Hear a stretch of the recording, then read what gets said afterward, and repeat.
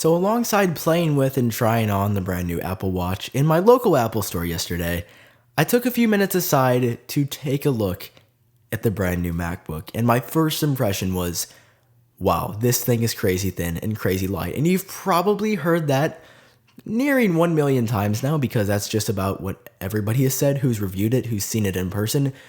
But that's the story of the new MacBook. In my opinion, it's the most beautiful and well-made laptop that I've ever seen. The design it's impeccable. It's just perfect. It's like everybody else has said.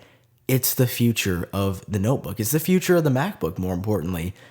But I had a few issues with it, and number one is the screen size. For what I do, I like 13.3 inches. That's a good screen size. Of course, 15 inches would be great.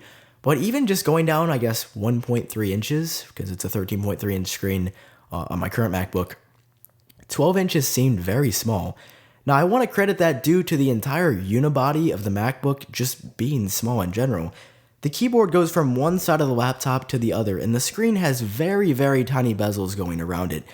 It just looked like a very, very small machine, and I can't blame them for making it small, because that's the whole point of it. It's supposed to be the ultra-portable laptop that weighs barely anything, and it is super thin, and that's exactly what the MacBook does. And nearly every aspect of this device was redesigned, simply for the fact that Apple wanted to make a very thin and very light MacBook. Now, coming to the trackpad, which is the brand new Force Touch one, it's super cool. I love the idea of Force Touch, and it works super well. That part is awesome. But I got some mixed feelings about the new keyboard, because everybody complained about the chiclet aspect of the normal keyboard on the regular MacBook. And if you think that that is shallow, go into your local Apple store and try to type on one of these things, because the butterfly mechanism makes every key go down like evenly, not one corner dips down before the other, which I love, and that part is super cool. But typing on this very, very shallow keyboard for a long period of time definitely seems like it would become extremely uncomfortable very, very quickly. Just a little note there about the keyboard. Another big issue on this MacBook, and I hate focusing on the negatives, but for me, this pretty much this does put the laptop out of the question for me, is that there are only 2 ports on the entire device. On the right side, we've got a 9mm standard audio jack, so you can plug earpods or any other standard set of headphones into your computer and jam out to iTunes Radio. But on the left side, we've got one single standalone USB Type-C port. Coming in the box of the MacBook is only a power cord.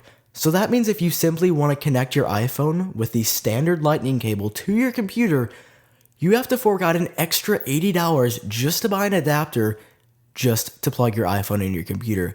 And I'm sorry, but that is pretty ridiculous. You're spending $1,300 on a computer, and then you have to spend money on an $80 adapter just to sync your phone with iTunes? I mean, come on. Like I said, I hate being negative. I hate bashing Apple. But that is just ridiculous in my opinion. Let me know what you think about that down below in the comments section, because that is, like I said before, the make it or break it about this MacBook. I struggle on my computer with having 2 regular USB 3 ports that I have my microphone plugged in one that I'm talking on right now, and sometimes I'll have my iPhone charging or my external hard drive plugged in.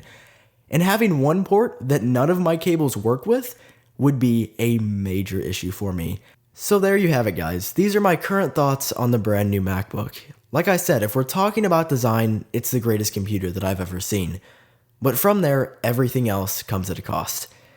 If you enjoyed this video, feel free to leave a like down below, and of course subscribe for more content related to Apple products, especially the Apple Watch. This has been Sam with iUpdateOS. I will talk to you guys in the next one.